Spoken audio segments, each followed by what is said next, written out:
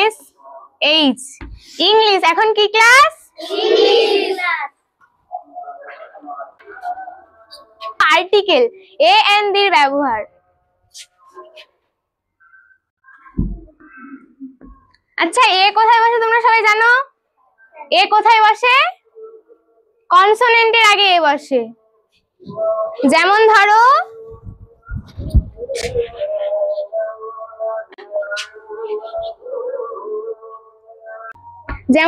Cat, এই সিটা কি ভাওয়েল না কনসোনেন্ট? তাহলে এখানে কি বসবে?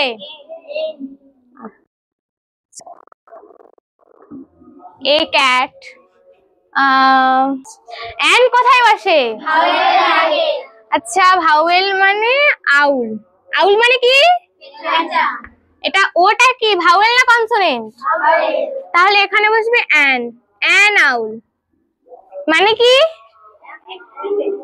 ঠিক আছে। যেমন এখানে অ্যাপেল, এটা অ্যাপেলের আগে কি বসবে? An Apple.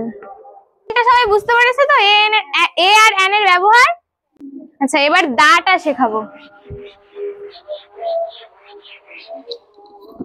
দাটা কোথায় বসে? যখন কোন নির্দিষ্ট ব্যক্তি বা বস্তুকে বোঝাচ্ছে তখন তার আগে দা বসে। যেমন এখানে, আচ্ছা এখানে আছে কোরআন। কোরআন কি? তাহলে ধর্মগ্রন্থের আগে কি বসবে? দা।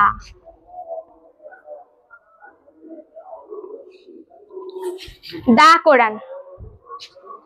বুঝতে পেরেছো সবাই? গুড, ঠিক আছে।